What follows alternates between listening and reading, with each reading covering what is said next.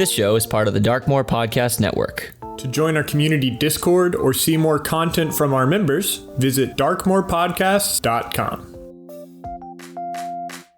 My name is Zach, and I play Elaris Gaeldrim, a half-high elf bladesinger wizard, scholar of the Weaver's Guild, and a keeper of reflection. My name is Yessy, and I play Grimton Steadyhand, a fighter, paladin of Bahamut, special legionnaire of the Pandemonium, and revolutionary in the Red Capes. My name is Steven, and I play Irshen Bhethethnosh, a red dragonborn cleric of the Twilight Domain, representative of the EWU, and a part of the Lace Battalion. My name is Sarah, and I play Agnar Elfbreaker, an orc barbarian and the first daughter of the late Jarl, Skuld of Indolfilk, killed by the warlord Gleb Headtaker. And this is Advantage.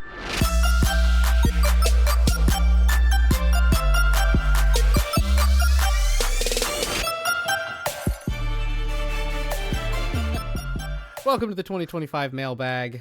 We are going to be answering questions from our listeners, from our friends, from strangers on the internet, commemorating year 9 of doing this podcast, which is awesome and fun and brings me joy. Year 9. Year 9. It's unbelievable. We normally do this popcorning style. This is going to be one for Sarah. Hey. We're just going to jump right into it. Sarah, how do you feel that Agnar is developing as a leader?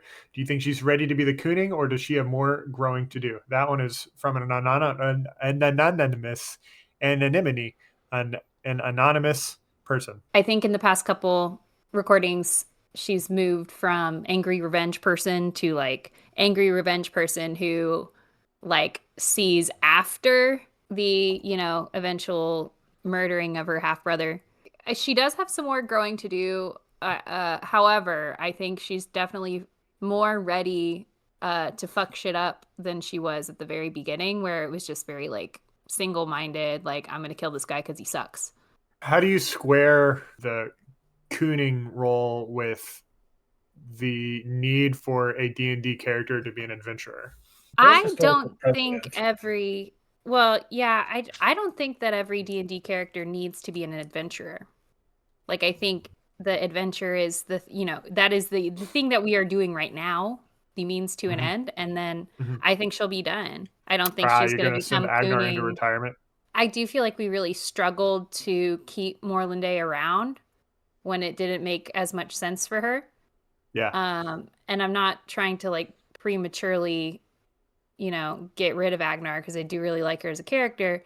However, if she becomes Cooning and that's what she's doing, then that's what she's fucking doing. I'm excited to see how all of that, how we make all that happen, how it all plays out, and for all the next arcs and how this all plays in the grand scheme of what the fuck is going on. That's a lot different of a response to the how does Agnar feel as a Cooning or a leader than you've given in the past. In the past, you've said that Agnar is not really focused on being a Cooning as such, but is more focused on the revenge part of it. Yeah. I think that development is very interesting. I think in the past, like I said, in the past couple recordings, it's like felt like, again, the revenge ain't gone. Like it's definitely going to be there, but I did feel like I was kind of seeing past it and like she was seeing past it. I also know that anyone can become Cooning. So this one is for Zach. What sort of prepared spell loadouts are you taking as a wizard? Being pretty high level this far in the campaign, you must get like a lot. So like, how do you prep that? That's from Dr. Deeg. We kind of play fast and loose with the rules at Advantage. So I'm not like every day thinking about what spells should I take today. I'm not going to use any of the other ones. It's more of a use them as I need them and don't use more than the amount that I'm allowed of that particular level each day. Right. But rather than today's my pure utility and the other day is my pure combat spells. It's very much a use them as and when you need them, so long as you don't overdo it. Yeah, exactly. And I definitely have a lot of spells now. A lot of them don't get to come up very often, which I get a little sad about. Like what? What would you like to use? Well, I mean, like more of the non-combat type spells that I have. Like I don't even remember all of them right now, but like there's just a lot of them that like would be useful if we were in one place for longer than like a day. I feel like I remember using some of them like when we described being in Indolfilk for a while, and Yeah. like helping to rebuild that stuff. But we don't tend to stay in one, like we're doing action, a lot. We don't have a lot of time to like sit there and fiddle with random spells that don't do as much. It's such a bummer because I had planned for the Huntress and the city of Indolfilk to be kind of bastions for you, to be these things that you can continually go back and upgrade and would be boonful to you in the future and really help you out in times of trouble, and to give you resources when you need it, and give you a way to use your allies, for example, to set up on a project so that you can go off and fuck around and do other things. But that's never really how it panned out, is it?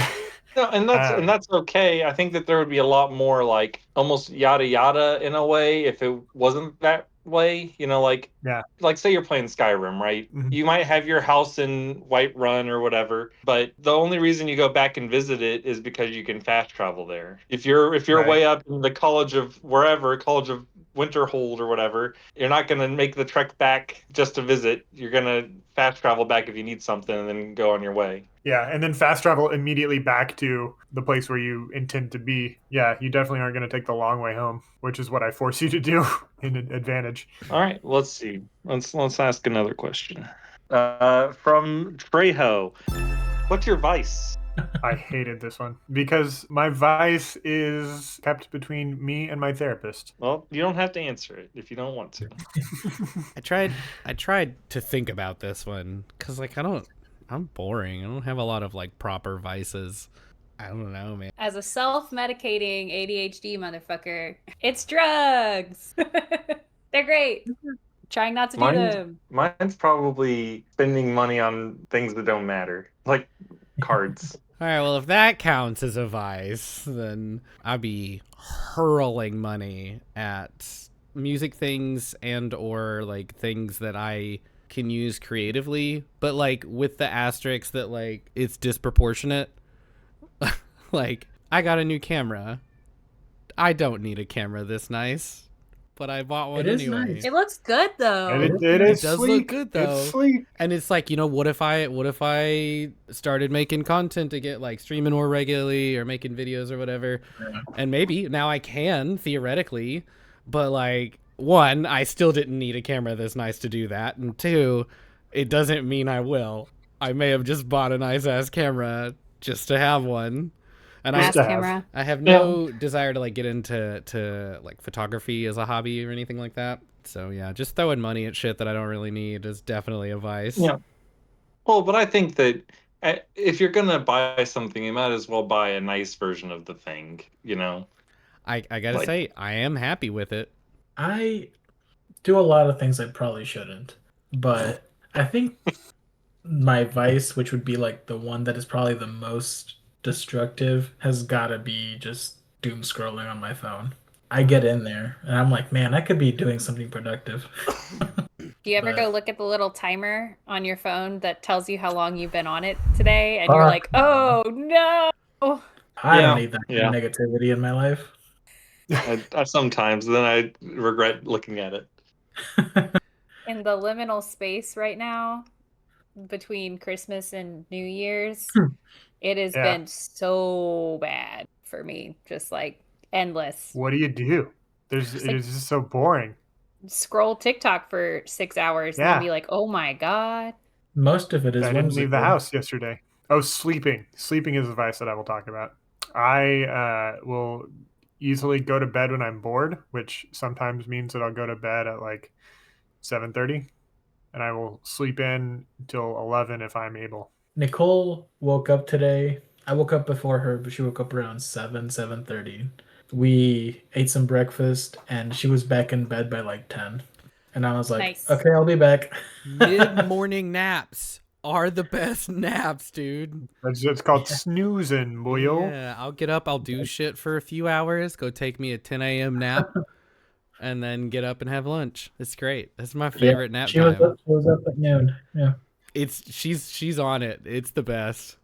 When I can construct my day how I want, that's what happens. I wake up hella early because that's just what my body does. I'll do stuff for a while, take a nap, get up and have lunch. Perfect. Steven, hit us with one. This is from Daniel.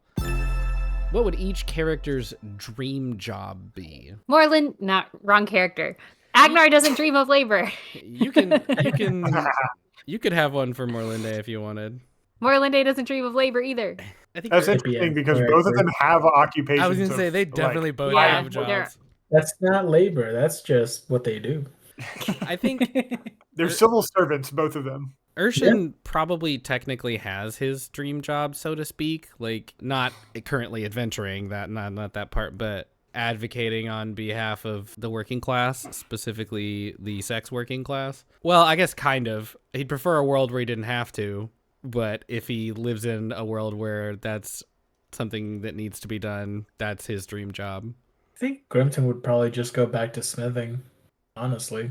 Grimton does dream of labor, unlike you fucking hippies. Someone's got to do it. I feel like Elaris would probably go back to the Weaver's school and like be a teacher or something. Just go back to the Azure Keep. That'd be nice. I hope that Yeah. Elaris one day gets that sort of peace and retirement. I like the idea of old Elaris be like sitting at the bar or just like sitting in whatever teacher's lounge and people like straight up like not believing like this old fuck. What are they saying? Like, cause I talked to some elders in my community and I'm just like, this can't be real. Yeah. Like this is, Yeah. you could not, there's no way you were doing that in the 60s.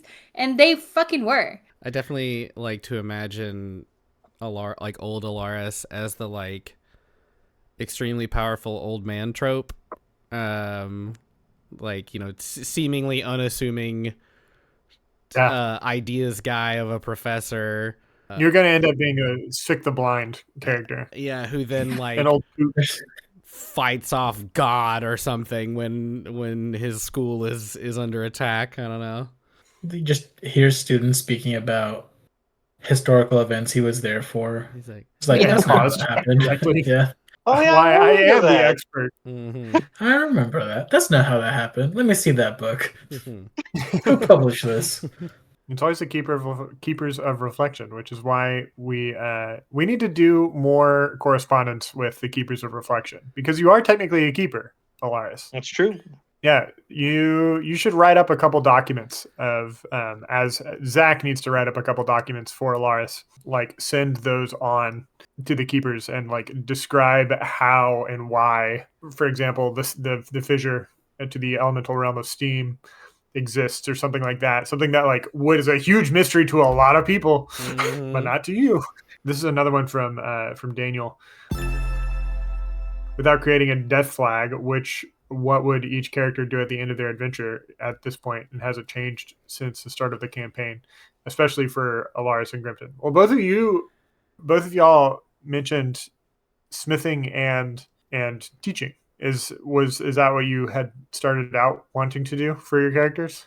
No, I think Grimton primarily at the beginning of the campaign, like in Arc 1, was just trying to get away from her dearth, right? Mhm.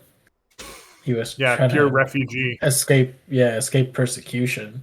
So I think his primary objective when getting to the Pandemonium was just to lay low. Like whether that meant just get a job, maybe as a mercenary or adventurer or whatever, and just try to lay low.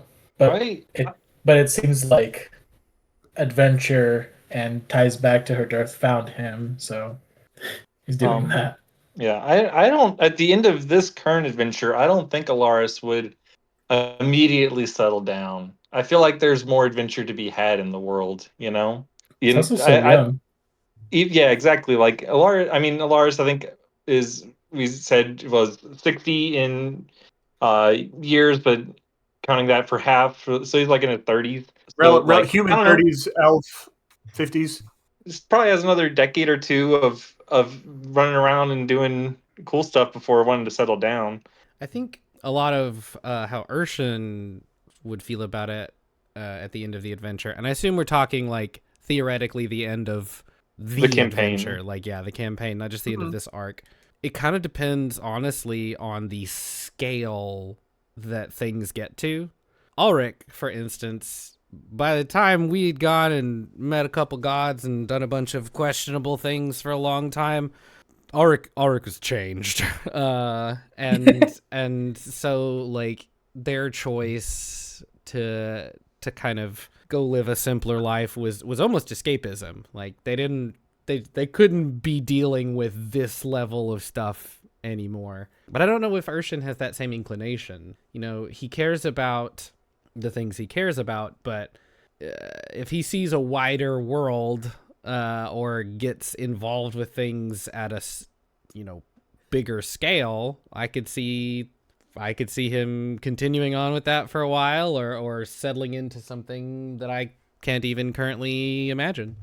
Here is another one for all. It's from John from Dragonmine, and it says, what has been your favorite RPG moment in the last year? So I think not just necessarily tabletop, but like any.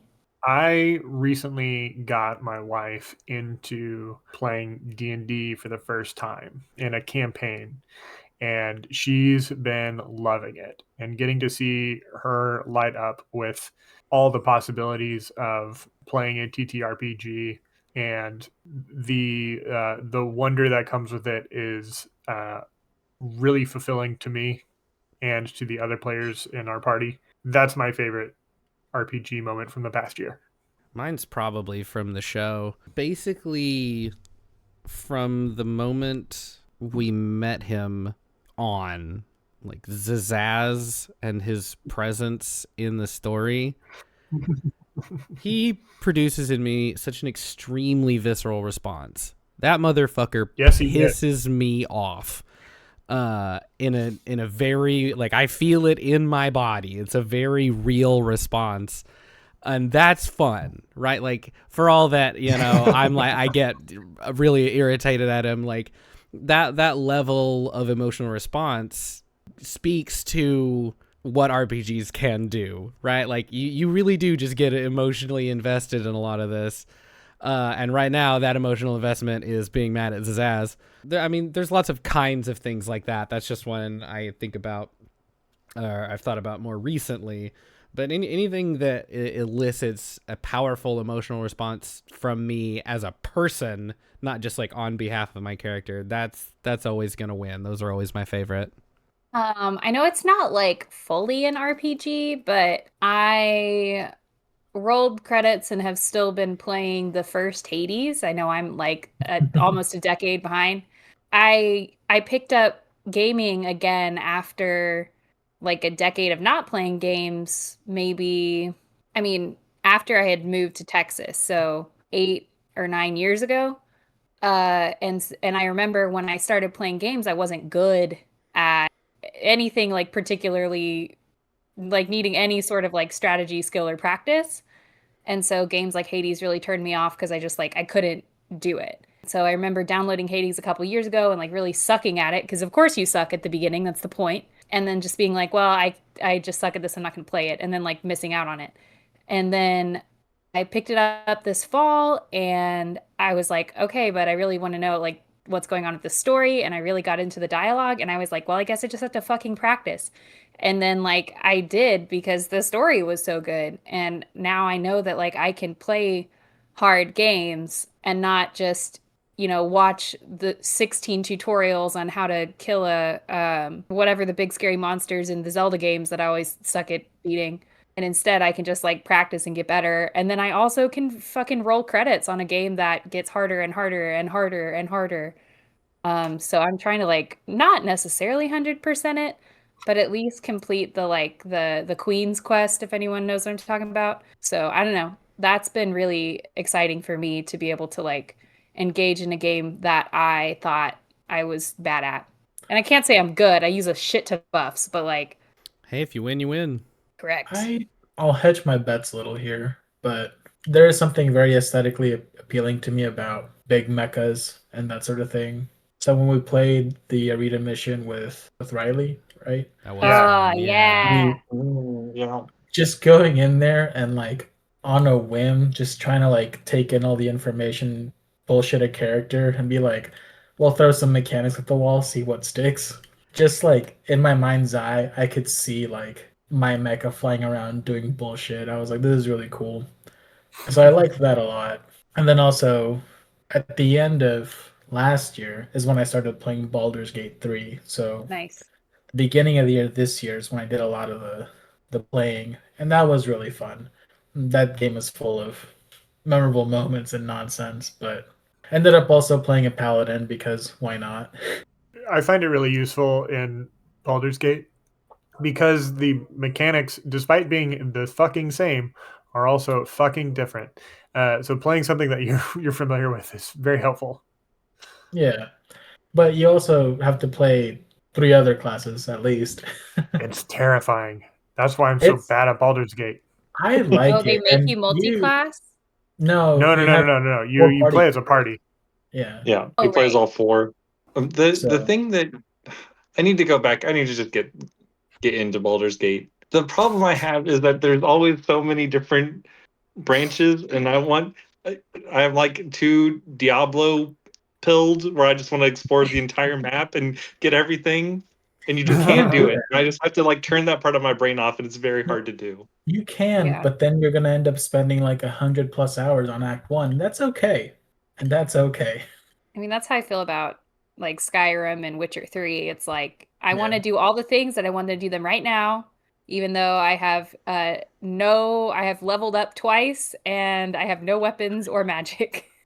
I thought I had done everything I could do at one point in the game, and I saw someone's gameplay, and I was like, "Where the fuck are they?" And I was like, "Where's this area that I've never seen before?" The thing I was trying the most to do, I was trying to find Karlach, and I don't know where Karlach is. Oh, that's funny. And I like went and found a hag and did this whole hag mission, and then like this owlbear cub and all Yeah, that. And I was have like, you- Do you have and I'm Will? just like, yeah, I've got Will. You should. It should be marked on your map where Karlach is. Yeah, I see it, and I don't know how to get there. Okay, I gotcha. I love RPGs. They're I great. love it. Here's one from Trejo. What's the end goal? Of what? You know, Trejo didn't specify, and knowing Trejo, it could be anything. What's the end goal? You know, it's a good Play question. D&D, drink beer. Yeah. So for the end goal for the podcast is always just to make sure that we keep playing as a team Yeah. and that we keep the friend group together, and everything else is. Are you wearing a Snuggie, Sarah? It's even better. Is it just a backward robe? Oh my god. It's a Mountain Dew Snuggie. Mountain Dew Baja Blast Snuggie. I was gonna like scold Joe for like the amount of disgust in their voice when saying Snuggie, but a Mountain Dew one. Baja Blast, bitch. You're right. Baja Blast is the only valid flavor. What a millennial.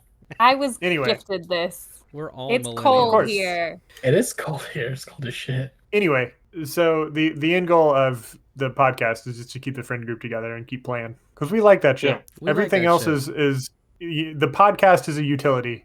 I mean, I agree.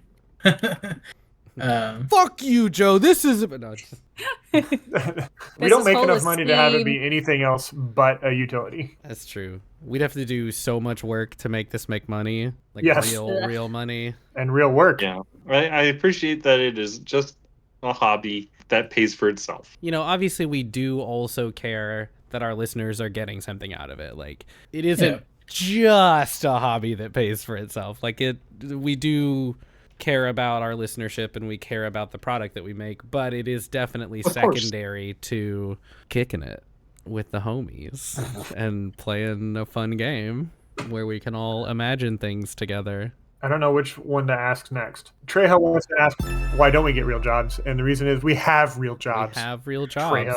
Trejo. Yeah, unfortunately. Unfortunately, would- again, because we Real don't want to jobs. make this our full-time job. We have real jobs. If Zach, what do you if do? only this were my full-time job. If this could I suddenly am- pay all my bills, oh hell yeah. I work for Star City Games, running their sales booth, selling Magic the Gathering cards around the country. And by all the way around the country, Zach means it. Zach is like constantly traveling, especially on weekends. especially the East Coast. I feel like you're Yeah. Let's in see. Philly and We're going in January. I'm going to Atlanta, and then I'm going to Portland. nice. Damn. Maine or Maine? Maine or the Maine? other one? Portland, Oregon. The real Portland. Then we're going to Richmond, which is very close. Baltimore, LA, Dallas, Indianapolis, Milwaukee. Yeah, all sorts of places. Vegas like 3 times. Nice. Yeah. Lots of conventions. Running that convention circuit. Oh, speaking of conventions, NWA Comic Con is in like 3 weeks, and Yeah. Oh, how fun. it will be fun. I'm really excited because Rob Whitehoff, Roger Clark, and Benjamin Byron Davis are all going to be there, and they're the voices of John Marston, Arthur Morgan, and Dutch Vanderland, respectively, in the Red Dead franchise. And I'm so excited. Hell yeah. That's awesome. That's so It is fun. awesome. If you get a chance, this is a personal favor, to go into, if there's like a vendor hall area, if you look around, can you tell me how many people are selling convention slot? Which is What? specifically So many. Um, The last few I've gone to. Yeah. Wait, what's like those 3D printed dragons yeah? and like that kind of stuff, or Yeah, like nonsense. reselling stuff they buy on Amazon. Yeah, like cheap, Yeah, cheap, like or Temu, AliExpress. Amazon, yeah. My mom has started recently doing craft fairs, and when I was helping her, even in like the Joplin craft fair that has like 10 vendors, there was at least 3 of them that were doing that, and I'm just like, what is going on? What did you call them? Convention slop. Yeah. Slop. Yeah. Okay. Yeah, I will absolutely take notice. And That's like, so interesting. because like, okay, 3D printing can be a thing that is like a craft, right? Like if you're like designing Yeah, and but making your own are things, they but like, printing it, or well, or are they just buying a bunch of And things? are they designing it? They're usually printing it, but it's a free. Yeah, free a file free design they downloaded. that Yeah. there's Yeah. a million of that everybody and their mama has all like you will see the exact same dragons, you will see the exact same fidget toys. Right. I don't know. We don't need to necessarily get into the weeds of all No, that. I But was just curious. 'Cause I Yeah, will- that's I'm like, interesting. I've been going to more cons and con adjacent things around these parts lately. Every single one I've been to so far, and been like 3 in the last 6 months or so, has had slop. And it makes me sad. Yeah. This is from Dragon Saphira. What choice have you had a character make that you would have made differently? Ooh, that's a really great Yeah. question, Lena. Thank you. What's our latest episode out? The Realm of Elemental Silt, where we... Okay. That's such a Had- clusterfuck of an It's episode. so fun. That's It's so so hilarious. It's so funny. That was a fun one to edit. I really had a good time with it. But yeah, we're dicking around. What's incredible is how much is cut out of that. I'm sure. I recently listened to that episode, so Yeah, I it's gotta fresh catch in it. my mind. It's hard to say. You know, we've made decisions that have been like, damn, you know, maybe that wasn't the best. But like, I don't know if I would or how I would change it. You know, like one that I think about a lot is the one where we were gonna be bad guys on the seas. We were gonna go like fuck up another ship or something, and then we were like, wait, we're gonna have to kill people The to coal do that. Yeah. But then we were like kind of there, and then we just tried to make the best of it. And so like I always think like, man, we should have come up with a way better plan than what I think we the did. plan that worked out really worked out, though. It did. It ended up with Irshen's apartment getting set on fire, but That's true. Yeah. that was on accident, though. It's I guess it's less that I think about the things that like the decisions that we made on purpose, and more the like things that we didn't think about when we were doing stuff. That's the stuff I Yeah. think about more than like any, you know, change in my moral compass. I feel like if Elaris could change one thing, it'd be probably not killing Leovold, because You didn't I know. don't, and You were even just me, a like I'm just like, baby. I just didn't expect it to happen. It just happened so fast. I don't think that if I would have had like the knowledge, I don't think I would have. It just kind of happened, and I think it weighs on Elaris a lot. I think it weighs on Zach a lot, too. Yeah, but I mean, less so. It's just a game, but If it had been me, once we got back to her dearth, I think it would have been really hard for me to leave again once like it made it back as Grimton. Whereas Grimton was like ready for the next mission. I would have been like, damn, I need to stay here for a second, reset. But Yeah. also like might have just stayed in her dearth and tried to fight the powers that be that way. I don't know. This one is also from Dr. Daig. Joe, do you run your games from notes prepared beforehand? And if so, what do you find yourself searching for in session notes the most during play? I do run my notes with a manuscript. Sorry, I run my games with a manuscript. If I control F something in Google Docs, it's going to probably reference one of the 5 or 6 different, like, what would you call those, like, little vignette I would say things? vignette. Yeah, the vignette stories and Your lore essays bits. that I've written. The lore bits, Yeah. right. Because those have a lot of really good, important lore that's packed into maybe 700 pages. 700 pages, holy shit. 700 words. And having those easily accessible is really good and powerful. So that's what I find myself searching for, is like, oh, I know that I wrote something about Tiamat and I can't remember what I wrote. Let me go back and reference On Dragons and see what it is that I said, so I don't mistake the lore that I've already got going on. I have kind of a follow-up to that, Joe. Or in what ways, if any, has your like prepping changed, and like what your notes and manuscripts look like for current games versus, when they started? So 2 factors have played huge roles in this. Number 1 is the time I have to do it.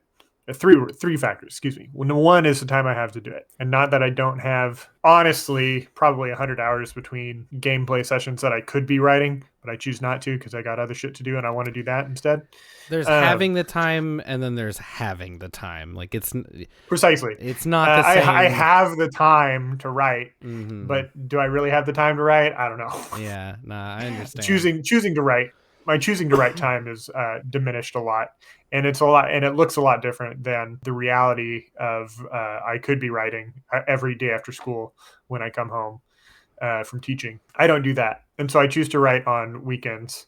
Usually the weekend right before the game. Now I'll take notes in my notes app on my phone and list the things that I want to do, so I know exactly what I'm going to be writing about when I sit down to actually prep for the session. That's one way it's changed.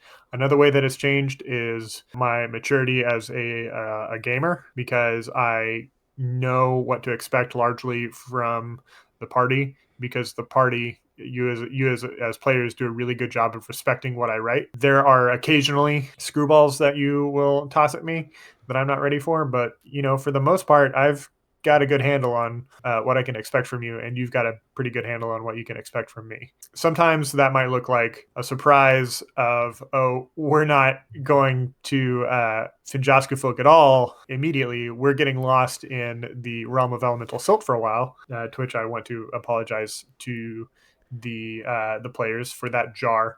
But you respected me nonetheless, that like, no, really, this is where I'm having the party go off adventuring, and you were able to give me that conceit of like, yeah, okay, we'll do it.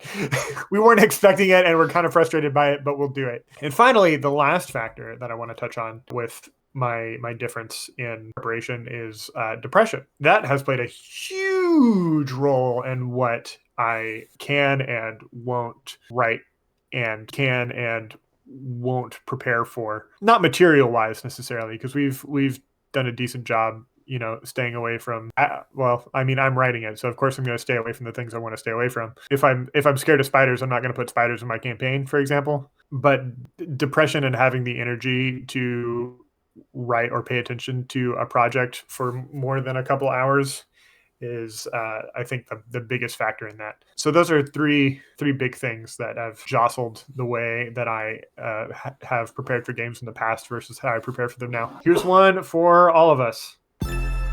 D&D is a really big tent. What's something about the hobby that you are passionate about right now or really into? That's from Dr. Deeg as well.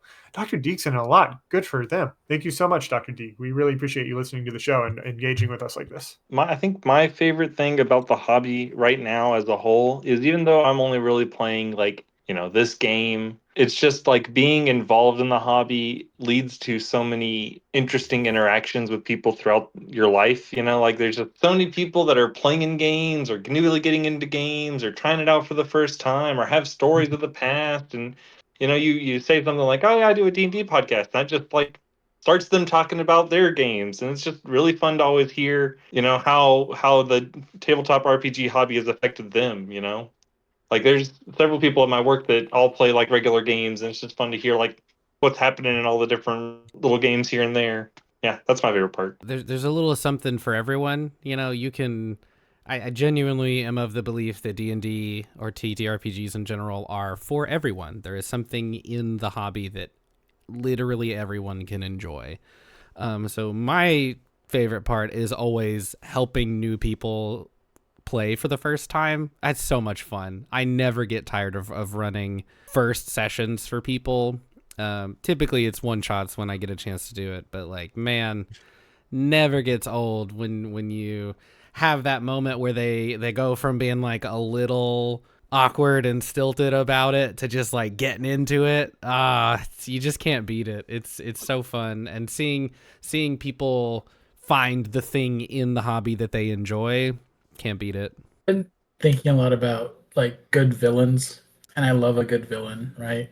Like that can be more nuanced than just being bad for bad's sake. Like, so I've been thinking about that a lot recently, I guess, within the realm of RPGs.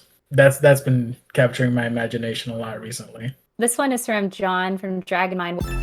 What do y'all think about the 2024 rules now that it's been a year since their release? I am confused because now I have to, when I'm looking at shit and trying to look things up, there's 5e and then there's 2024, and I'm like, which one am I supposed to pick? So John, I don't fucking know. How generous of you to assume that I noticed the rule change. The only time I run up against it is when Ian is like, "Oh yeah, it's different now," and I'm like, "Okay," because like I know we do 5e. Got better. Yeah. John and Ian both have their pulse or their finger on the pulse with WotC stuff at large, and I admire that so much. They know the game inside and out.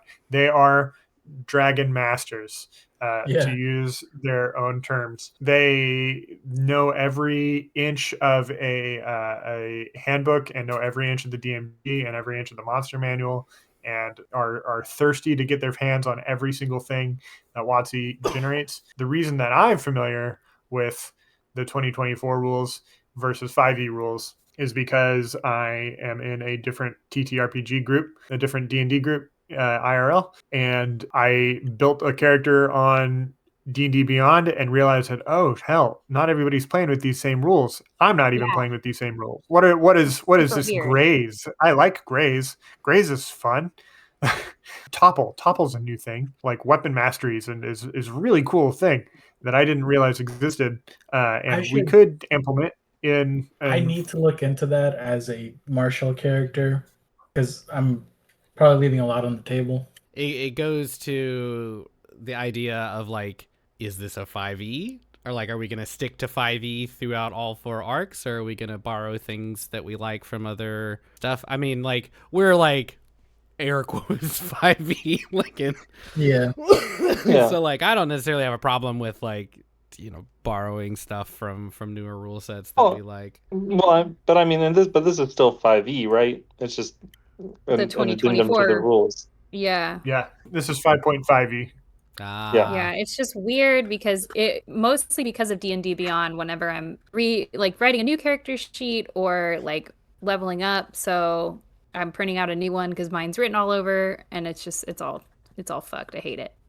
I mean, I'm sure it's great, but I don't want to learn new things. This is from Riley or Sundog in the Discord. Of Arena Mission.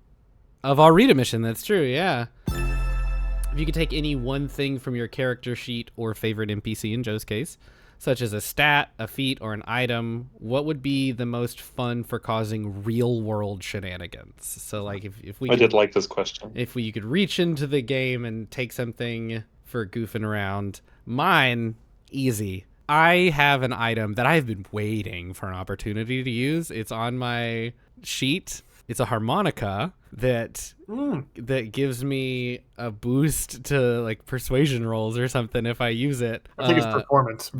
Yeah, it's performance rolls. Just a sick, vaguely magical harmonica. And I feel like a lot of shenanigans could ensue with that thing if I had it in real life. Get real blues traveler up in there. Yeah, just like, man, this is a tense situation. Like, Let's break that. Yeah. I'd definitely pick the Marvelous Pigments, even though I can't paint. It'd be fun to have an excuse to learn, and they could definitely do some wild stuff. So true. They came in clutch. They have come in clutch before, and they will come in clutch in real life when in the great Louvre heist of 2025. Is that how they did it? No, the Louvre security password was just Louvre ! Their security password was they can't stop a fucking chainsaw and a hammer. I think I gotta take the Radiant Sword. Be pretty sick to have a lightsaber. Prestidigitation, man. Prestidigitation. You can just learn to do magic tricks in real life. Well, Fuck off. I can't create fire like that. I know. I can thaumaturgy, Joe. I can't prestidigitate. You can thaumaturgy. You're divine enough. Yessy is divine enough. That Yeah. Yessy can thaumaturgy, but I'm not, and I need help. Give me prestidigitation. Jury is out on whether I would have hurt myself critically at this point if I had With the Radiant Sword? Radiant Fucking Sword, lightsaber. yeah. That's like a whole thing in the universe. Is like if you don't know what you're doing, you just like slice your own arm off because they don't. They don't weigh anything. They're super light, so it's really easy to accidentally just like and cut something off. I might have told you guys this at some point, but it's worth reminding you guys. When we were renting a U-Haul to move from Heber Springs back to Springdale, the guy we were renting the U-Haul from was like hooking up our trailer hitch for the car or whatever, and like his gun fell out of his belt, and he was like, "Oh, sorry about that." He like picked up his gun. Oh my god. And I was like, "Oh yeah." I think he did tell us this, but Yeah. ugh. That would be me with my Radiant Sword. Like, oh shit, don't mind. Yeah. I would like to have the I've only used these like twice, but the dragon bones, so I can do, how do you say, augury? I do have that. Oh, yeah. It would be cool to just like pull those out and do spooky shit. I mean, technically, I guess I could. Like, I have friends who read like tarot and whatever. I read tarot at a party. If it like actually worked and also was dragon bones, that would be very cool. Pretty sick. Mostly because I like the idea of you having the only set of dragon bones that exist. Because it doesn't quite mean that dragons exist. They just... I mean, it's probably a dinosaur. Yeah. Like a really little one. I guess so. It's small enough to shake around and carry. That's true. So a really old chicken. Real old chicken. Do you remember the Animal Planet, Are Dragons Real mockumentary thing? I probably watched that, but I don't think remember. 2004, Dragons, A Fantasy Made Real. I'm linking it in Patron Secrets right now. Oops, have I been putting stuff in random recent spoilers? That's my bad. The recent spoilers, people are like, what the hell? Like, Coyote, what? Patrons are used to our nonsense when we just be dropping random shit in Patron Secrets, but not everybody else is. Anyway, you should watch Dragons of Fantasy Made Real. It's really fucking good. Here's a question for Yessy and everybody. How much money do you think you've spent on Magic the Gathering cards from your wife? So when this was initially asked, because this was asked IRL, Joe was also there. I initially said conservatively like $2,000. I've thought about it since then, and it's gotta be like conservatively like $5,000. Oh boy. Shit. Lifetime though. Like, yeah, we're talking. What are you talking about? For like 10, well, really more than 10 years, but like at for least- amount. Are you talking about the amount of money you spent on Magic cards? yeah. Asterisk, your own money. Yeah. Your job is buying Sure. cards with the company's money. Oh, yeah. Well, I wasn't gonna count that. For me, I mean, I could see that, Yessy, because like I haunt commons boxes most of the time whenever I buy stuff, and I buy infrequently, and I still am at least a few $100s without even breaking a sweat. I was thinking about like some of the pre-cons I've bought. I'm like, okay, that's a few $100s because I bought a few, and they're like $40 a pop at least. Right. And then I got into Modern for a little bit and had like a competitive-ish deck. That's not cheap to do. So that was like $400 at least. Mhm. So I was like, Gee. 2,000 might have been a little too low. Yeah. Zach? Yeah. I was thinking about it. I'm just gonna say the number is probably 100K minimum God, over the 14 years. dog. You're fucking with me. And that might include other games too. That might include like Flesh and Blood cards and stuff. Okay. But, Yeah. but 100000. yeah, I mean, it's not like I've like sold cards and bought them Sure. back, and Right. but like cumulative, probably over 100 Yeah. grand Over 14 years?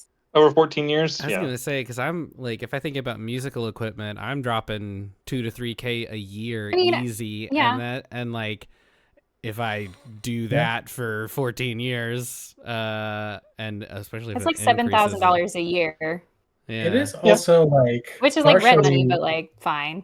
It's also partially like a business expense for you though, because it's not like you don't do anything with them. That's true. Which is what you I do do a play lot of competitively.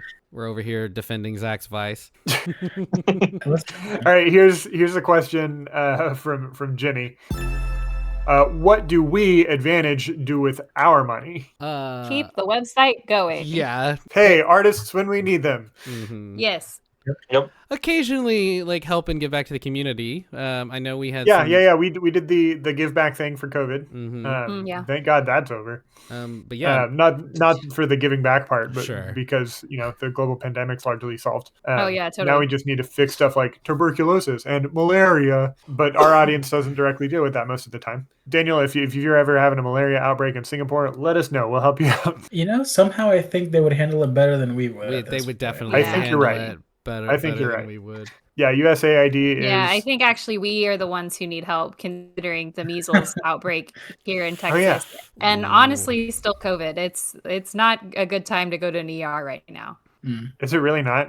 I mean, I guess your family would know more than me, but Yeah, if you haven't got your COVID shots, go get them. You can get them when you get your flu shots. Yeah, don't get the You flu. do it every year. so we keep the lights on, we keep the website running, keep our hosting fees up to date. Occasionally, we'll pay artists for visual art, and occasionally we'll pay like Ian or John or somebody to do one shots for us for professional DM preparation and running reasons. We've also paid people like Yona Novak, who did the art for and the schematics, the floor plans for Maldo Keep when that was a thing. We use our money to not pay ourselves, but to pay our bills.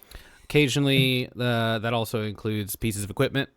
We bought a hard drive, a little 2 terabyte hard drive, so that I can not lose everything. Keep on editing. Yeah. Well, and so like we had a lot of stuff that was in the Google Drive that just didn't need to be there in an active sense. And like our video archive doesn't need to be in the cloud necessarily. It just takes up a lot of space over there. Things like that. But yeah, we sure don't be paying ourselves with it.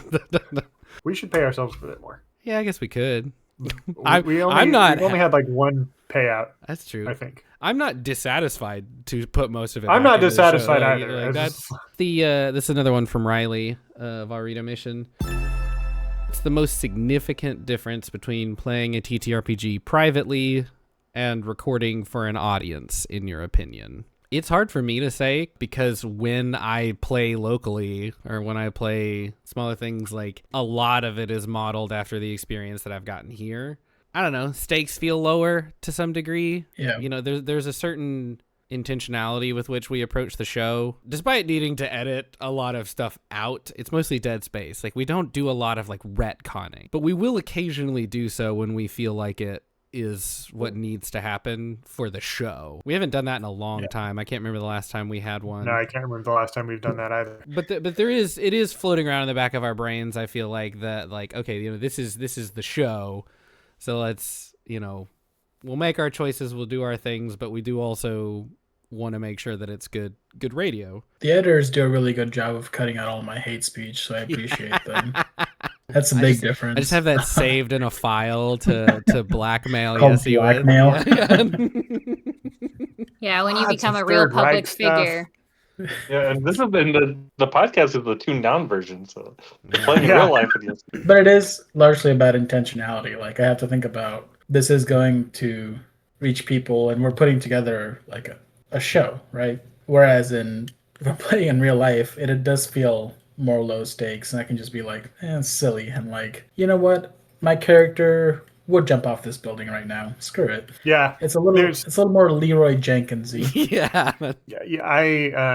I don't play characters in Advantage, but I find myself like really rooting for the longevity of the characters in Advantage versus in a campaign that I am playing right now where I'm a player. I'm just like, you can kill me. Yeah. I'll create another one. Like Yeah. if it's a plot, like I am okay dying, but like, and not that in Advantage, I don't want to give Advantage characters plot armor, right? Like that's never been something that I want to do, but I'm certainly rooting for the longevity of them. I want them to stick around versus there's kind of an apathy, I guess, that I have with my IRL characters where like I'm not as committed to them because I haven't done the work with them. I haven't spent hundreds of hours with them the same way that I have with Advantage. I don't feel like we have plot armor. Like Yeah. Joe doesn't want to kill us, but they will reluctantly, like with tears in their eyes, maybe, but they'll do it. Yes. Remember that time I killed Zach and killed Zach and then brought him back. The That real was- one was is that when one of the ones you that we obliterated retconned? Merlinde. No, that was not No. one of the ones that we retconned. No, I died. I think that was the time when I was trying to force my way into the Springwood. Yes. That's right. Not a euphemism. Put that in the vault. The The that's what it's called now. vault is a good way to put that.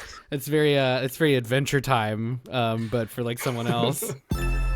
As the scale of the adventures gets larger and larger, how does everyone from Joe to the players foresee the characters reacting? That's from Daniel. This is one of my favorite things about the show and about the story that we're telling, because it's happened in every arc, at least for me. There's always a moment where it's like, fuck, like this is a lot bigger than I imagined, or we're way in deeper, iconic ones from I guess that would be arc 2, where when we were way into the astral sea and being like, dude, I don't even know, now we're playing a different ball game. we're playing a way different ball game. But like, I mean, I feel like that's happened in each arc, and it's a moment I look forward to, and part of why is I never really know how I'm gonna feel like once things escalate, like, oh shit, like what are we doing now?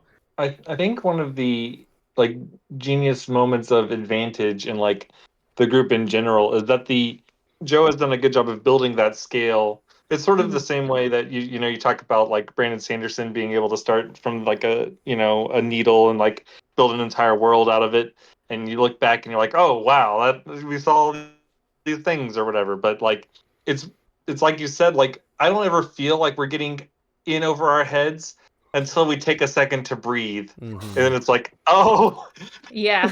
we're in way over our heads. Yeah, it's not that I recognize when we've crossed it, it's more like we look back and we're like, shit, we crossed that line at some point and now we're way Yeah. in it. There'll be a point where we look back and we'll be like, hey, remember that whole elemental chaos part of arc 3? What was that about? As a silly aside, every time I like look at the most recent episode, which is the Realm of Elemental Silt, so, something about the word silt and the font or whatever, my brain reads it as the Realm of Elemental shit every time, like the first time. Me too. And then I'm like, wait, that's not what it says.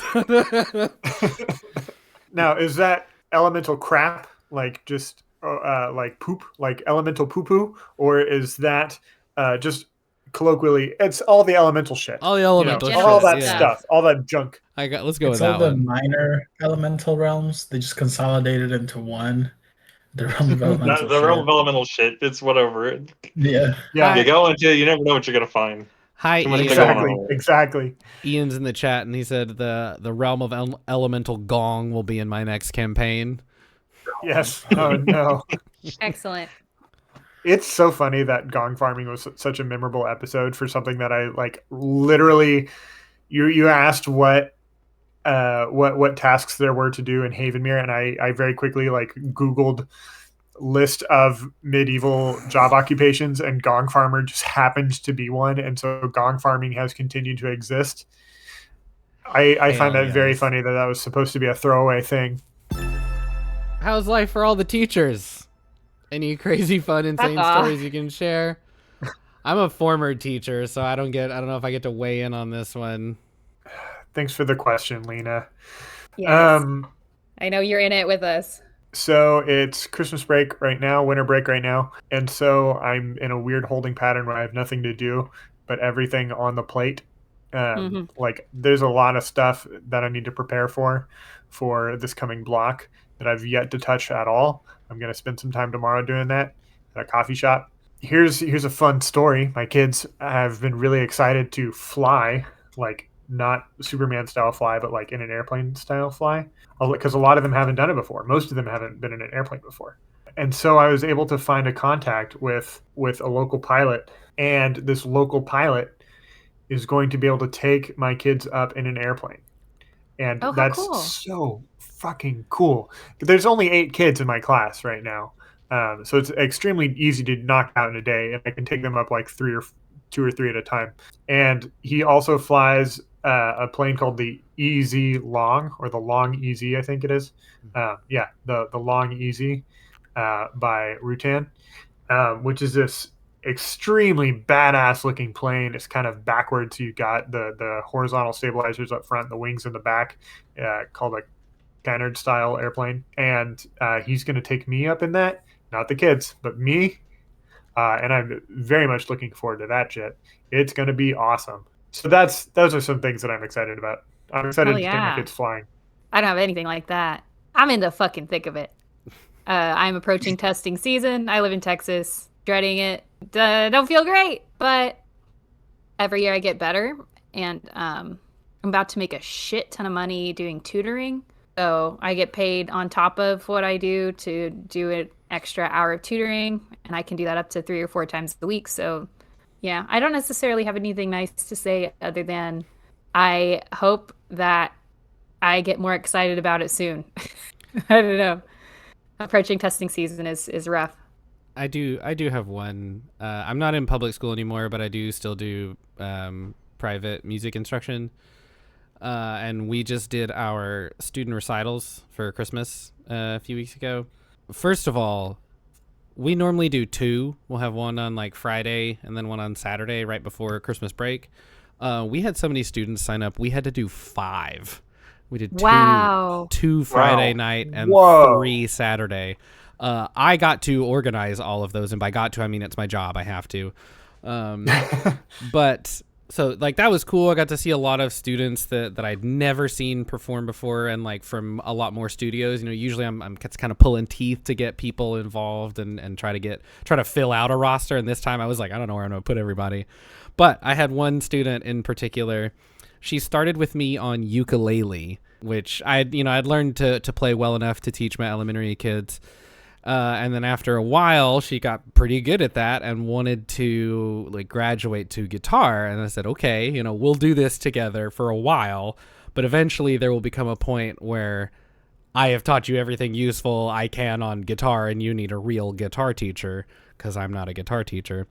Well, we've been doing that for a while and we kind of hit that point. So after the Christmas recital, that was sort of our last performance we played together, and I got to hand her off to start once we get back January 5th. Once we start lessons back, she'll be with a proper guitar teacher, and so it's a little bittersweet. She's been a good student for years. She graduated. Yeah, that's cool. But it's really exciting to see her stick with it, and get good and get to a point where I can't help her on that path anymore. I will Steven, say my it was kids 11 have... months ago.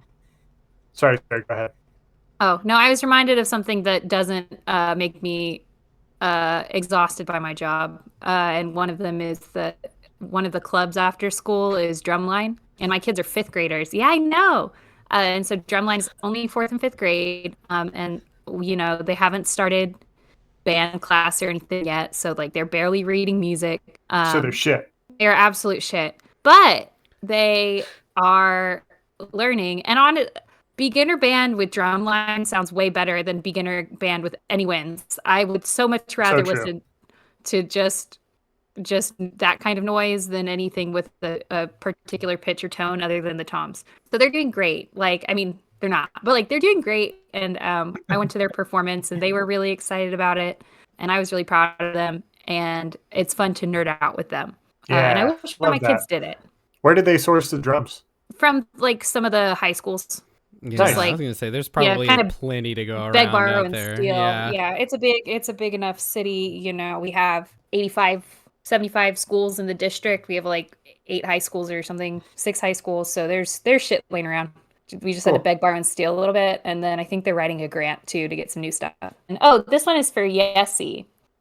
Yessy, what is your favorite part as a paladin and a fighter enjoyer? I like martial classes. They make combat pretty simple. So combat becomes not so much about like all these things I could do if I had like full spell casting, and more so like how can I use these things to do something interesting. So I do like that. I like just being able to hit something really, really hard. So paladins are pretty good for that. That's just kind of the stuff I gravitate towards. And when I don't, it's going to be like usually a sorcerer if I'm going to play a spellcaster. Ian has sent in a couple of questions in the Twitch chat. Oh, yeah. Let's go with, as a group who have played D&D/TTRPGs for so many years, both casually and professionally, what inspires you to keep telling new stories together? What stories have been the most impactful on you personally? Joe's a fucking good writer. We're a good team. It's not just me. We're a good team. I know. Yeah. But like, I would say of the cacophony of reasons, that's one that is consistent of like, I want to be in this fucking world and story. It is too cool. It's too cool. I think there's so much shit. I think for me, it kind of goes back to what you were saying earlier, Joe. It's sort of about trust, right? Like I can trust that wherever we go as a group, it will feel right, and that like this is a good space to come up with new things, to try out new things, to explore. Not just like it's like a safe space, which it is that also, but more that it's a creatively rich space that works really well as a unit. And so like I don't know, it's easy to tell new stories when we're all together. Yeah, and I think one of the things that is so cool about it is like there's so much like fun camaraderie that's happening all the time, but it's those like apex moments that I feel like really just set it apart, you know, that like no other medium can really give you. And that's what, you know, that's one of the things that like I feel like keeps pushing us forward. Like I think back to even when we were playing casually, like that big fight we had where Steven's character jumped through like a giant exploding ball of energy or something, and like to us punching a hole through the multiverse and advantage to like, you know, like there's just like all these moments, these like peaks, and it's the ride is almost more enjoyable because there's these peaks and valleys where it's like, man, this like giant moment that happened, we're gonna remember that forever. And then there's all these other moments that are just a good time in the meantime. There's rarely any like bad times with this group, you know. There's even in a story that doesn't hit hard, or even in a session that doesn't hit hard, I'm still having fucking fun, you know. Thanks for asking, Ian. While we're on, you sent in another one. Yeah, I was gonna say while we're on Ian's questions. When do you foresee recording, though not necessarily posting, the finale for Arc 3? I feel like the players should guess. Should weigh in first. Okay. Yeah, let's guess. All right, I'm gonna put the over under. So you can either say over this amount or under this amount at August of 2026. Okay. And I'm gonna say over. I think it's gonna be longer than that. Okay.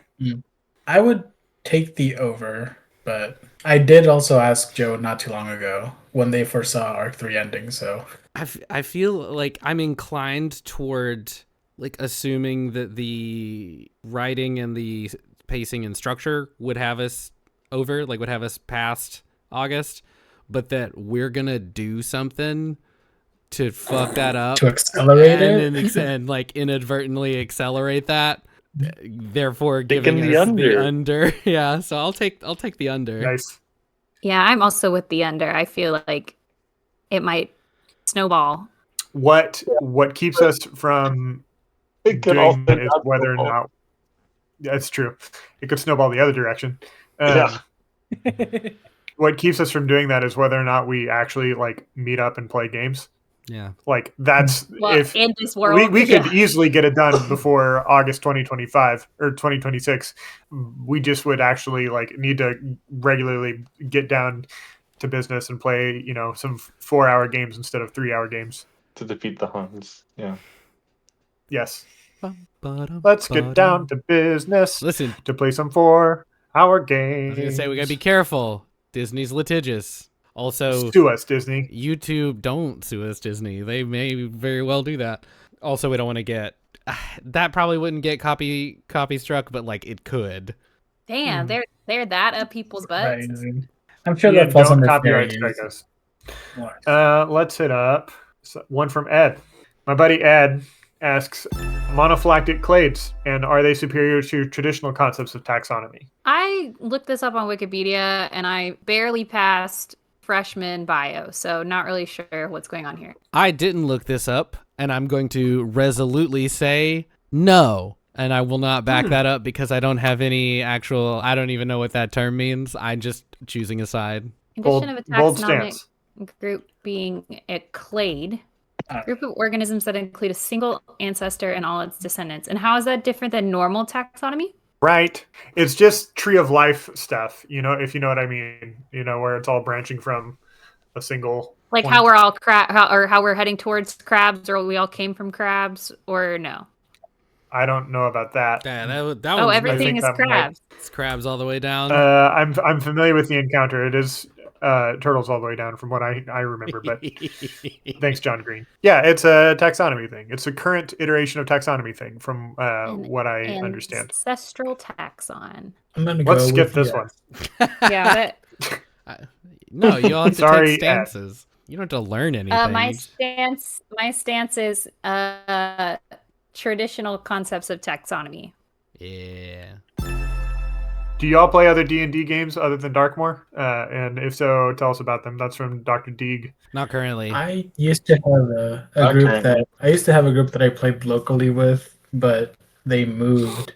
We did a one shot that I ran that ended up taking 2 sessions instead of 1, but we played through Curse of Strahd, where I played like a French coded fencer person. Cool. Yeah. They were Swashbuckler?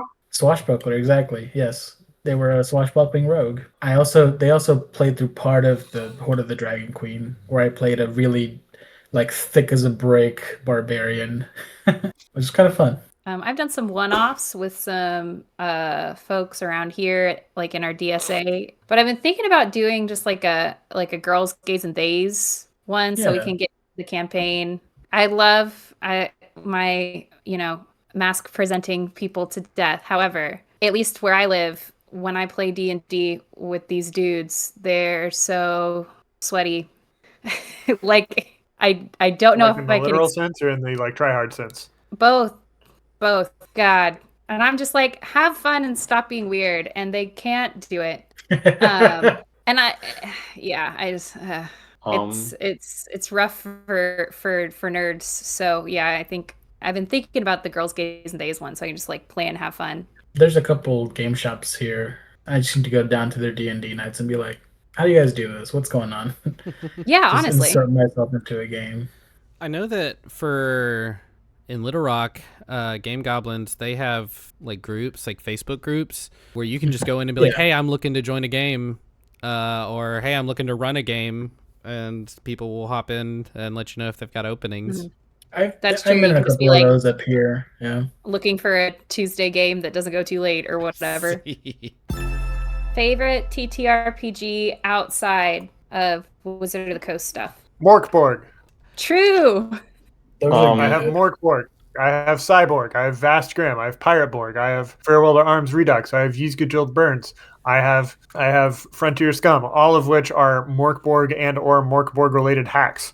I love Morkborg. I think it's a very good time. My top 3 are Warhammer Fantasy, because I like the D10 system and I like how brutal it is. Numenera, because I think the world is super interesting. World 6 civilizations ahead of our civilization looks back on all the different technology from all the previous civilizations and tries to discover what it is. I think it's super interesting. And Infestation, where you play as bugs in a really dirty house. Whoa, that sounds fun. That sounds like so much That fun. sounds crazy. It's I'm really, looking up really fun. Numenera right now. Yeah, Numenera looks cool. the Infestation basic is what you pitch called it? Infestation, yeah. Numenera, the basic pitch is, like I said, your civilization has gone to the apex and then fallen all the way down to basically back to the Stone Age, and then that's 6 times. And you play as adventurers that go throughout the world and find old technology.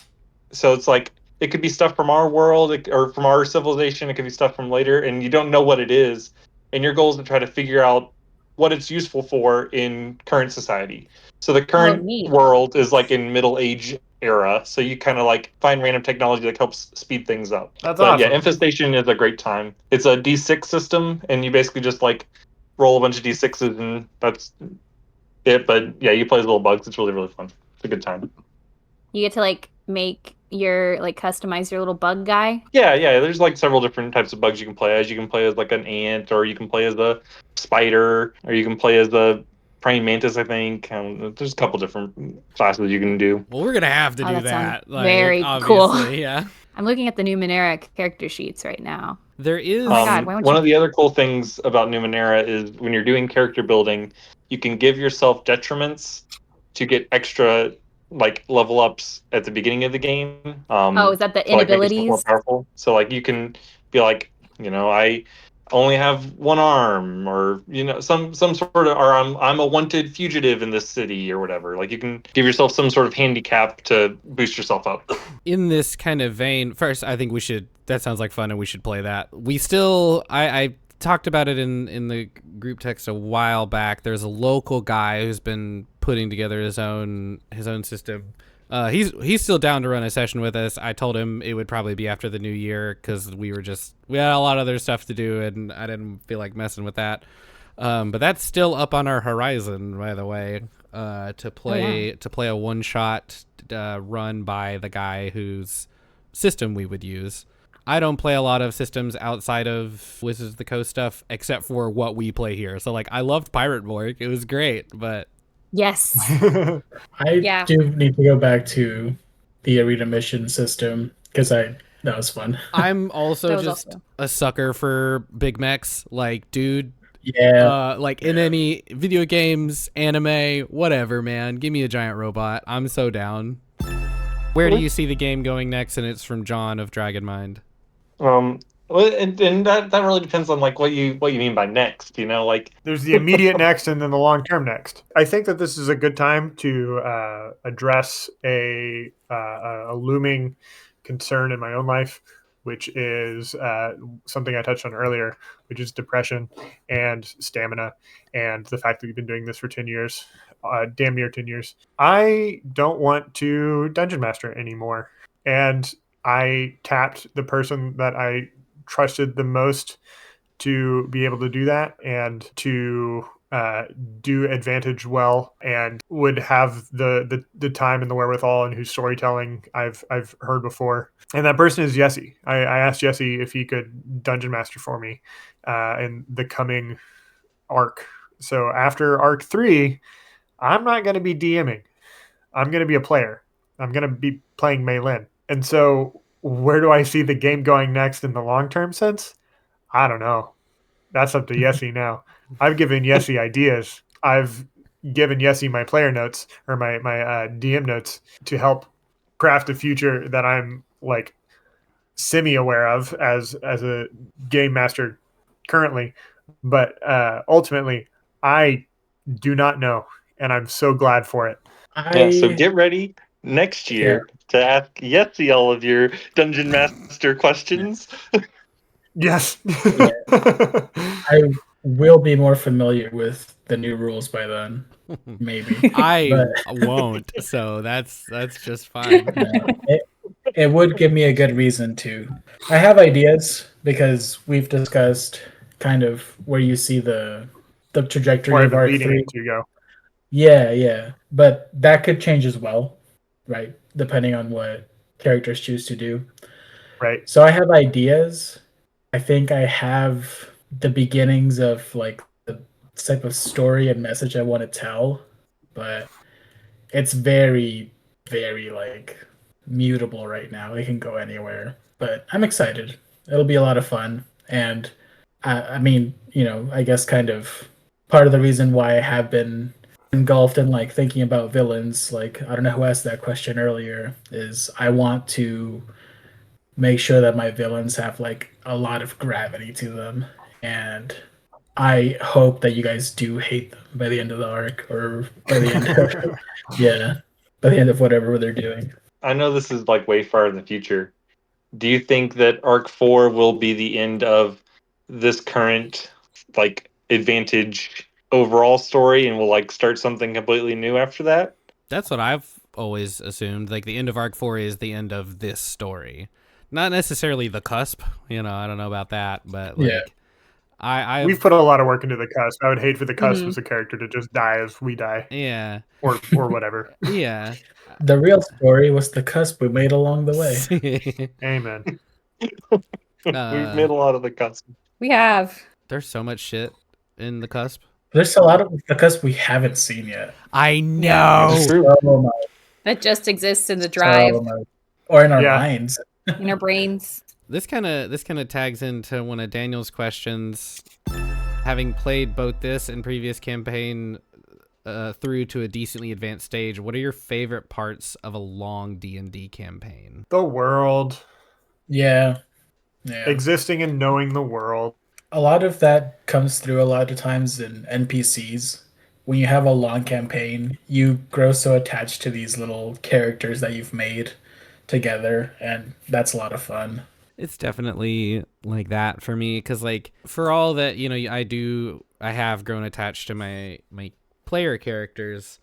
Like I'm driving the bus with that one. Like those weren't surprises, I guess. Like I crafted those people.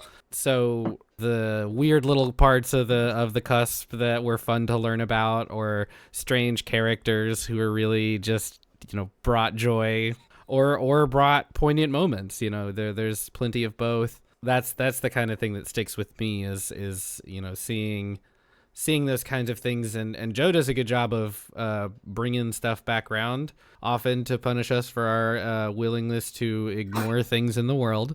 But with love. No, I'm joking. But it is. I do think seeing things throughout the story, like Erica Try is a great example, and seeing how she has come in and out of the story throughout it, and the impacts that we've had on her life. That kind of thing I think is cool and interesting, and you'll really get in a long campaign. Yeah, I like all the NPCs. Every single time there's an NPC, I'm like, fuck yeah. Another. Friend. Yeah. Another one. More, please. Ian threw in an additional one for Yessy. Nice. Yessy, what exactly is your storytelling style? You use the word gravity when it comes to villains. Can you elaborate? Well, this is 3 questions. Will advantages genre be similar, or are we looking at darker tones? I guess it's all like one theme, but whenever I have run campaigns, and I think you guys remember a little bit of it because I ran some from when we were in college, I just sort of, it ends up coming out a little darker, or like the imagery I use all tends to be like a little more dark and macabre. So I think it'd be harder for me to lighten things up. So it might naturally lend itself to that kind of tone.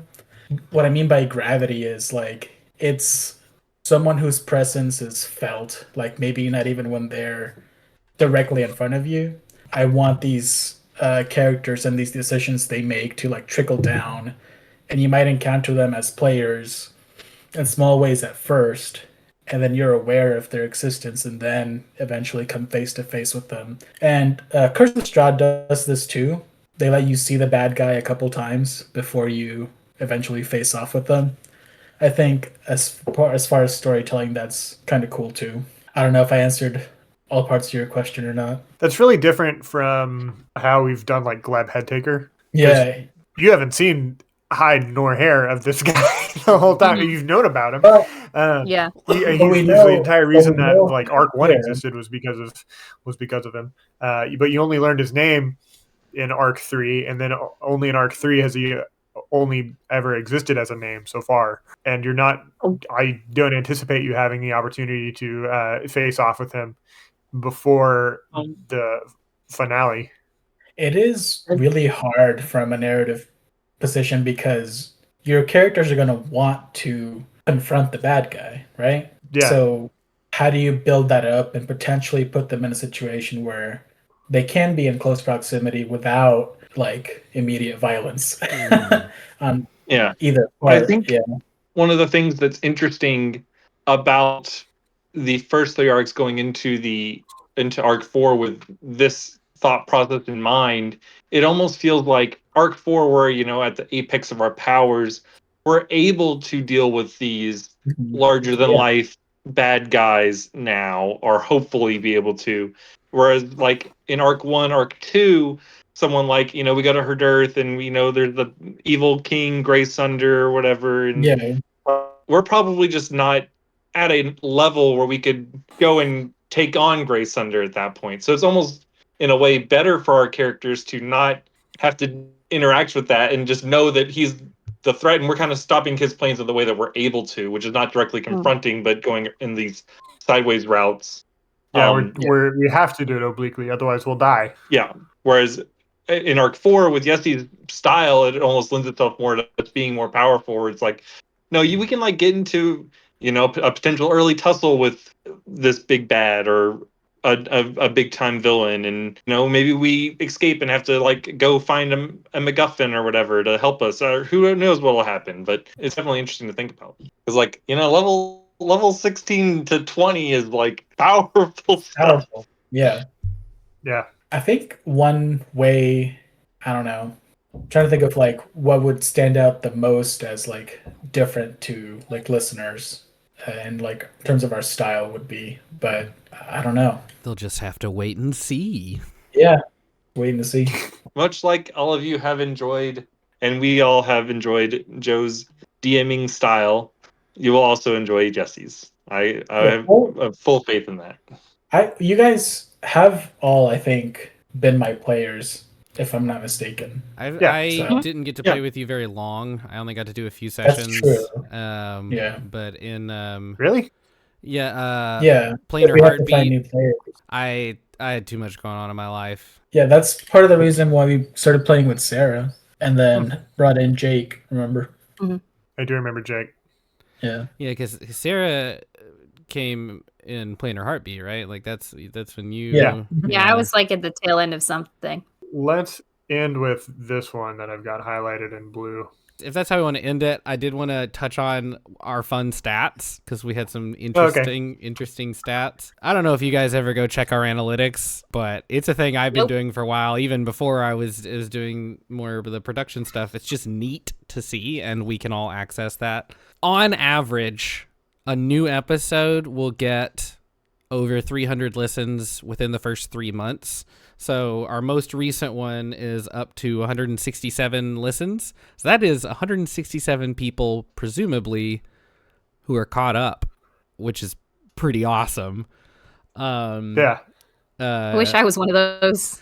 Overall, just in terms of like, if you count every listen in the last 30 days as 1,000. 1260 is what it says. Our most popular episode in 2025 is episode 3.21, Plans and Holes. Is that when we? Which one is that? It's a pretty recent one. It's the one before the one we just did, because I think 22 is what we're out right now, and 23 is what's next. Huh. Before, that was when we were talking about blowing stuff up and like it falling down into the holes. That whole where we're planning and there are holes involved. And holes in the plans. Our overall plays every listen that SoundCloud tracks since the beginning of the show is 333,760 total plays. That's a 250,000, more than a third of a million plays. That's wild. 68,656 of that is Spotify specifically. So that's neat. And our most the city that listened to our show the most in 2025 is Phoenix. I don't know what they got going on over Phoenix? there. Hey. Thanks for listening. out, We love Phoenix. you guys. You know what the second one does, though? Second most popular city? Singapore. Thanks, Daniel. I've Hell just yeah. Daniel, I've we love decided you. that that Daniel. is entirely Daniel's fault. He's just like telling people, hey, go check out this show. It's Daniel et al. Thank you. Yeah. Yes.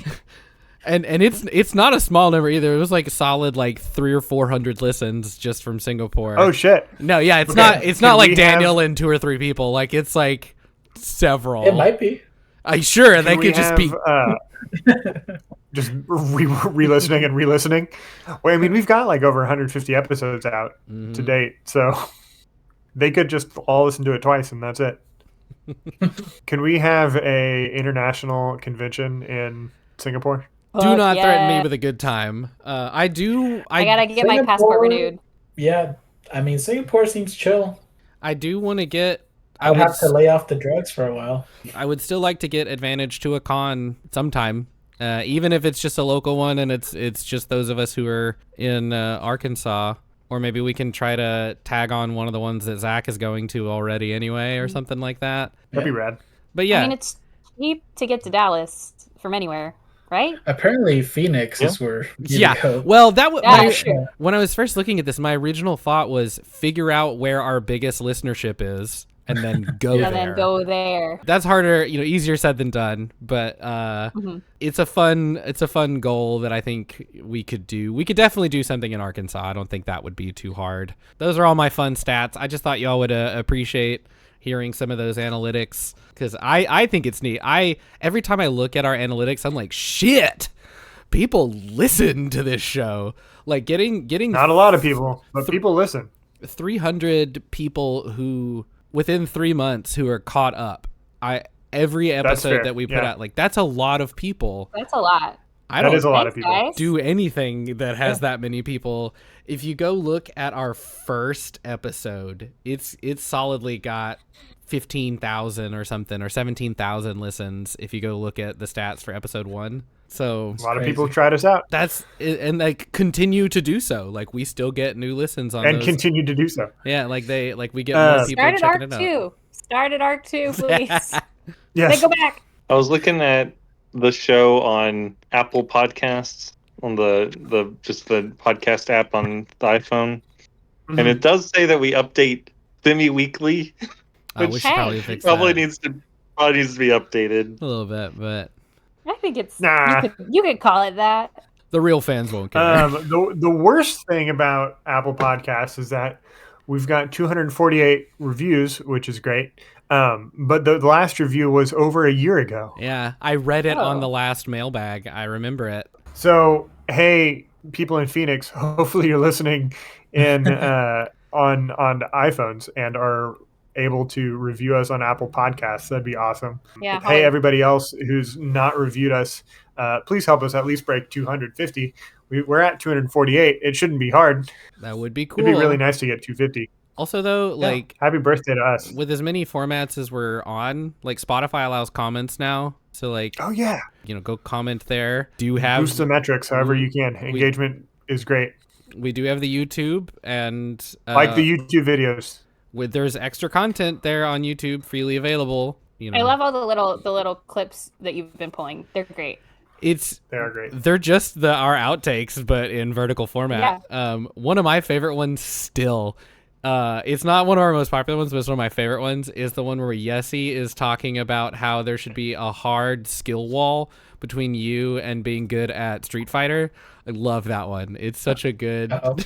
You're complaining about how you don't like Street Fighter feels too easy. Yeah, Great content in my opinion. they made it to be anyway. Yeah. I mean, on Spotify, we've got a 4.6, and we got 27 additional ratings on What? Spotify. Yeah, but they aren't reviews. Do we really? There's nothing to like they're read just their people that click. ratings. So we can't read them? I don't think so. Can't read them. And like I don't think anyone has. I have the Spotify. Yeah, I don't for think anyone has Creators left app. us any things, but Yeah, go engage. Go engage with things. All right, let's wrap this baby up. How are we going to solve the loneliness epidemic? This is a question from Mary. TTRPGs. Play more D&D. Yeah. TPGRPGs. And empathy. Get with friends. Do something with friends for 9 do years. stuff with friends. A not Or- serious answer. I think we've spent too long being ourselves. Stop being yourself. It's not working. Be somebody else No. for a while. Be someone else. You'll make more friends. Also, like, I was gonna say, just genuinely, like, this is a really great way to make friends and connect with people. Yeah. Especially if you're neurodivergent, man. This is a place for you. Kind of regardless of what flavor you are, like, there's a happy home for you here. and honestly, like, and this has been new for me because I have spent most of the time that I've lived in San Antonio kind of like hiding behind other folks' social skills and then just like claiming friends by stealing friends, if that makes sense. But if you just like go places and like put your phone down, like Yeah. other people are tired of looking at their phones too. And then you just like make friends. Like people want to be friendly and people are all feeling it. And like I've literally like 2 weekends in a row, I met a nice girl and her husband at a bar and they were so cool. And me They and the like girl your are gonna vibe? go get coffee. Huh? Huh? No. Huh? No. Fucking No. But they were so nice. Not like that. Yessy over here, like, I bet they were. Yeah. But like literally just like existing and not hiding in your phone. I can't believe how effective it is. Yeah. Ian says, just make friends. Just Well, do it. yeah. Just go make No, friends. no, Sarah, Yeah. you're right. Like, everybody's tired of this shit. For all Everyone's that sick of we're it. literally online right this moment, like, we are tired of our primary interactions being through the internet. Like, spending time with real humans, oh my god, best fucking shit, dude. Yeah. Yeah. And it guess what? it isn't hard. You can just go make friends. I mean, it is hard. As an adult, if you're Yeah. going somewhere to do something, the other people there probably also like that thing in some way. And So they're guess what? You already probably have something in common. they're probably also low-key hoping to make some friends. That's why they came there too. Yeah.